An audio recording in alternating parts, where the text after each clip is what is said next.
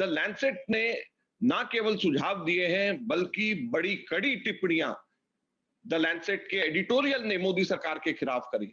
मैं इसमें से एक पैराग्राफ कम से कम मैं पढ़ करके सुनाना चाहता हूं, और ये दिल दहला देने वाली उनकी भविष्यवाणी एक तरीके से है। और उन्होंने ये कहा है कि यह अनुमान लगाया जा रहा है, एक और संस्था का नाम लेते हुए अभी मैं आपको बताऊंगा, अनुमान लगाया जा रहा है कि 1 अगस्त तक हमारे देश के अंदर 10 लाख लोगों की कोविड के चलते मृत्यु हो जाएगी। यानी अब से और 1 अगस्त के बीच में 7.5 लाख से भी अधिक लोग इन 80 दिनों के अंदर अंदर कोविड से उनकी मृत्यु हो जाएगी, यह अनुमान लगाया जा रहा है। तो इतनी बड़ी त्रासदी को हम सबके सब लोग फेस कर रहे हैं।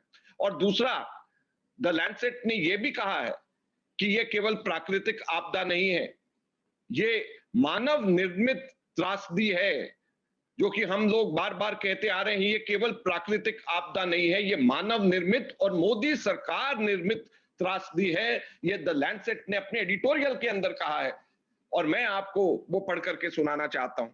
उन्होंने कहा है, the local governments have begun taking disease containment measures, but the federal government has an essential role in explaining to the public the necessity of masking, social distancing, halting mass gatherings, voluntary quarantine and testing.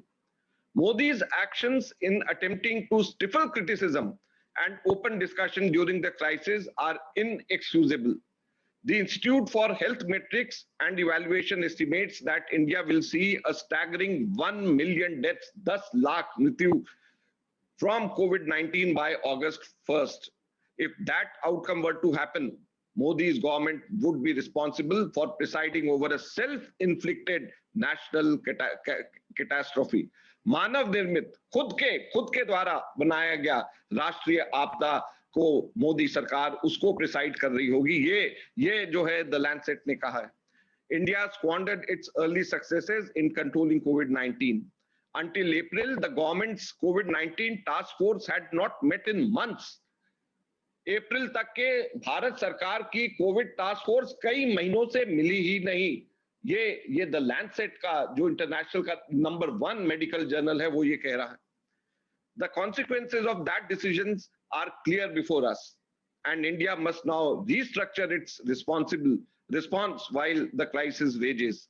आगे बहुत महत्वपूर्ण है जो कहा है, the success of that effort will depend on the government owning up to its mistakes, providing responsible leadership and transparency, and implementing a public health response that has science at its heart.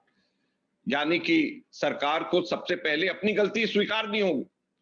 सरकार को अपनी गलती स्वीकार करके आगे बेहतर response देना पड़ेगा, जिसके पीछे साइंस हो, ना कि केवल लोगों को किस तरीके से प्रभावित किया जा सके, बड़ी बड़ी लच्छेदार भाषण नहीं, साइंस होना चाहिए। यह द लैंसेट मैगजीन के एडिटोरियल ने कहा है।